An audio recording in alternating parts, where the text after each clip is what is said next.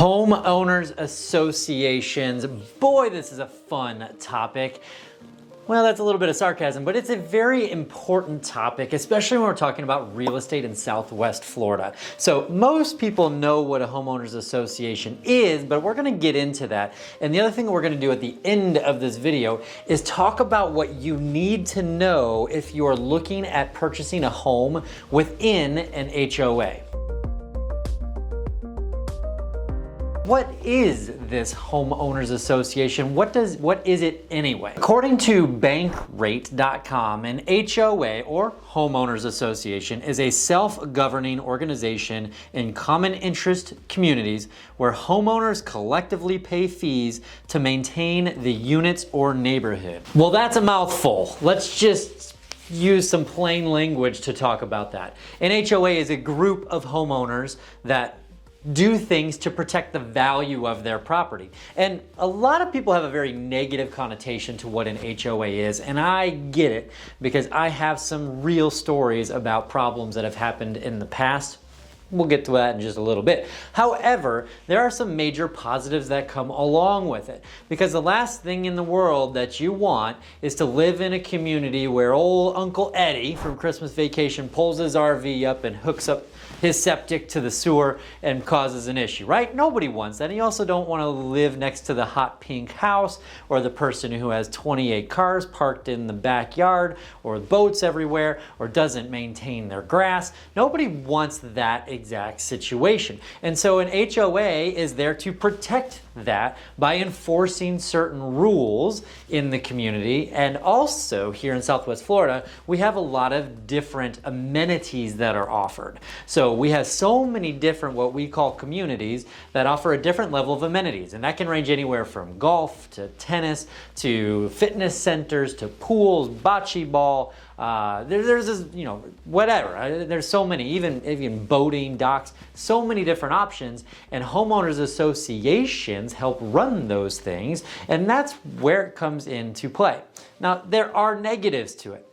The story that I was referring to before, I moved into an HOA, and I don't know if you know this or not, but my wife and I happen to have triplets. And the triplets were about 4 or 5 months old, and a little bit of backstory here is that we purchased a foreclosure property. So the yard was total trash, everything was dead. We came in, painted the house, fixed the yard, tore out the old grass, brought in brand new sod. We made the property look incredibly better than what it did when it was a foreclosure, obviously.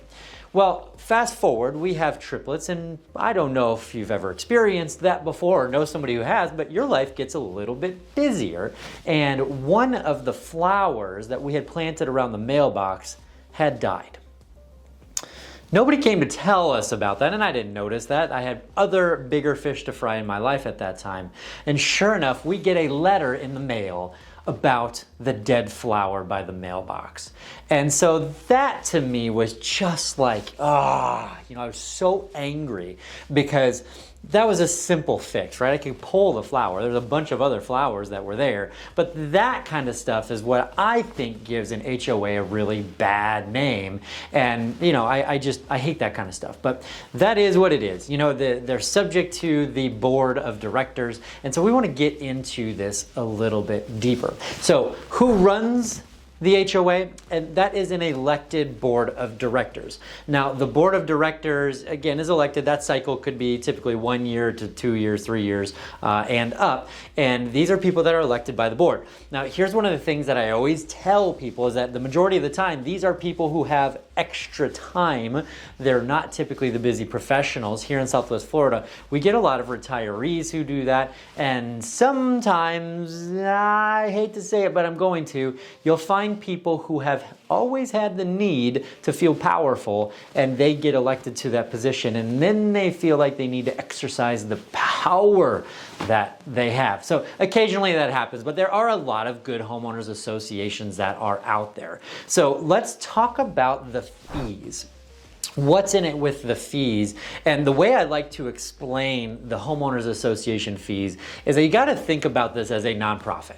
The HOA is not a for-profit organization.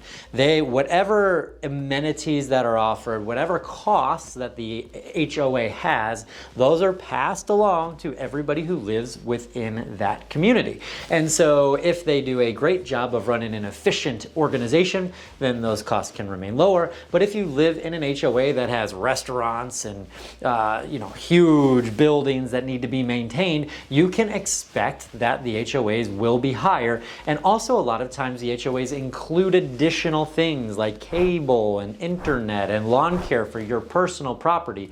And so all of these things tend to add up. And so that's where you get those HOA fees. I think one of the problems, one of the misnomers that happens is that people will come in and they'll say, I don't want to pay any more than this amount for an HOA. And they just set that number. And I think that that's a mistake, because if you are going to get things that will cost you money, if you're going to do on your own outside of the HOA, that all should be taken into account. For instance, if you're getting internet and cable as part of an HOA and lawn care, I would be okay spending that money if I'm going to spend that money on my own. Now, if the community offers all kinds of amenities and it's a bundled golf community where the HOA runs the golf course and you don't golf, well, that's a different story altogether. But you just have to understand what's included to understand the value that you are getting. And I think so many times people come into it and say, I don't want to spend more than X amount, $200 per month on an HOA, without taking into consideration what you actually get. So let's avoid that mistake. All right, so what do you need to know if you're going to move into an HOA? So many people from up north that come to Florida haven't ever dealt with a homeowners association before, or if they had, it's one that was minimally invasive and $25 a year, $100 a year. We see a lot of that. People are surprised at how many we have down here in Southwest Florida, because we have so many gated communities, and every one of those gated communities has a homeowners association that's attached to that. And so what do you need to look for? Well, by law, the seller is required to give you HOA documents and a disclosure that that homeowners association exists. And so as part of those HOA docs, you will get the rules and regulations, the declaration, of how the HOA was formed. There's also the financials that come part of that. And also, any other additional documents to supplement, bylaws, etc. And so these are things that the seller is obligated to disclose over to you, the buyer, so that you can review those items. And so it's always a good idea to get those up front, but I understand there's some cases where you cannot do that and you need to go under contract or submit an offer before you have time to do all of your due diligence on that transaction. And so that's why we always recommend that you have a due diligence period and or inspection period as part of the real estate contract, so that you have the time that you need to review the information, make sure that it's something that you are good with. Now, so many people make a mistake of just getting those documents and never reviewing anything, but at minimum, I would take a look at the financials to make sure that we are in a good financial position and there are reserves within the association bank accounts. Also, we'd want to look at the rules and regulations. Does anything negatively affect you? I've had situations where people have pets, where the HOA doesn't allow for a pet. That's a problem. We've also had people who have trucks and that HOA doesn't allow for the truck to be parked in the driveway. That's a problem. So we want to be aware of any of those things that could adversely affect you and your future enjoyment of the property. Now, the bonus, if you can get this information, it's a huge bonus, is to get the minutes from the previous board meetings, because those minutes will outline any of the things that are happening within that homeowners association.